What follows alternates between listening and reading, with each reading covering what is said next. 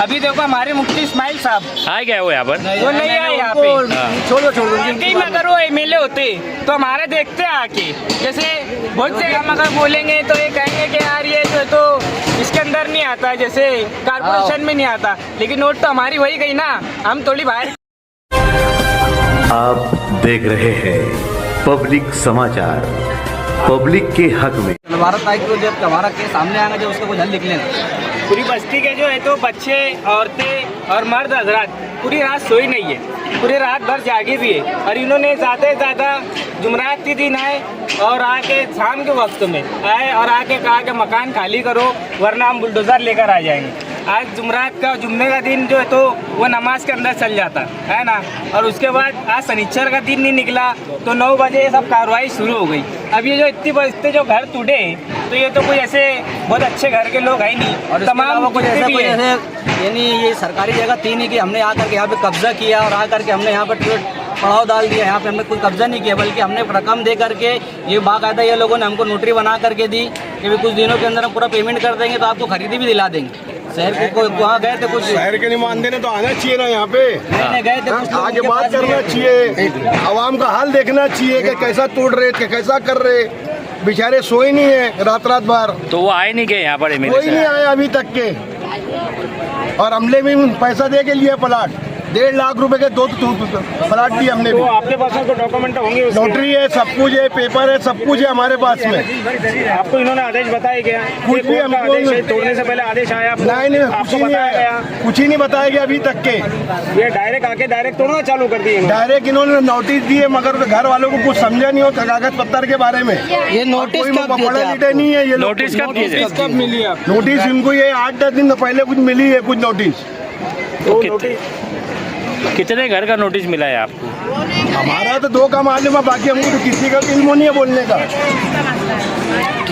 अभी ये पूरा पट्टा बता रहे थे कि जितना पूरा पट्टा है इसके अंदर कम से कम आएंगे फिर भी तो 200 या 250-300 घर आएंगे, है ना। इसके बाद कुछ लोग आके यहाँ से कह रहे कि अब ये आधा है, तो जैसे आधे लोग का तो बच जा रहा, लेकिन ये आधे लोग क्या करेंगे?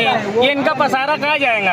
अब इनके घर के जो बाल बच्चे, हमारे भी घर के बाल बच्चे, तो हमने कहाँ ले आके रखना है? और अभी के पीरियड के अंदर तुम देख लो तो 12-25 का मकान बनाने के वास्ते एक मजदूर आदमी जो लूम चलाता है उसकी पूरी जिंदगी चल जाती है ना।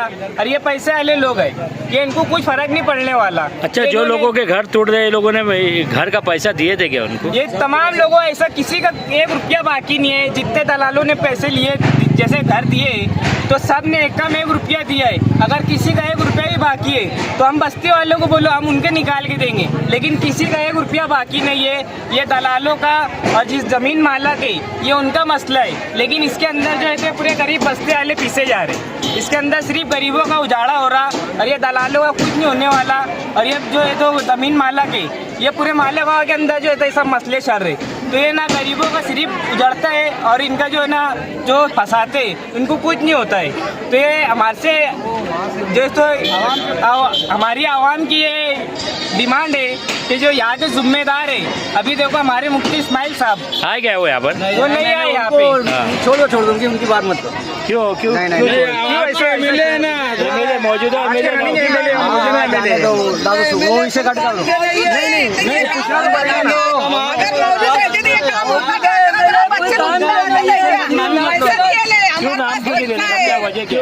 जैसे आपके मौजूदा एमएलए यार, आपके दुख दर्द के साथी दुख दर्द बताओ, सवाल करने को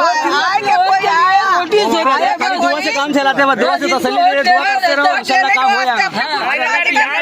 वाकई में अगर वो एमएलए होते तो हमारे देखते आके, जैसे बहुत से इनको अपनी कौम की फिक्र नहीं है, बस ये अपनी रोटी सेकना चाहते, अपनी सियासत को जिंदा रखना चाहते। इन्होंने पिछले 10 साल में कुछ नहीं करे तो अब क्या करने वाले? इन्होंने पूरे मालेगांव को बर्बाद कर दिया। इनको है ना गरीबों में इतना बुरा मसला है तो आते थे वो अभी हल करने के वास्ते। वो बात का तो बात जानने, लेकिन आज तो आके खड़े रहना था उन्होंने। अभी हम अगर बोलेंगे तो ये कहेंगे कि यार ये जो है तो इसके अंदर नहीं आता, जैसे कारपोरेशन में नहीं आता, लेकिन वोट तो हमारी वही गई ना, हम थोड़ी बाहर के आए हुए लोग हैं, हम मालेगांव के लोग हैं।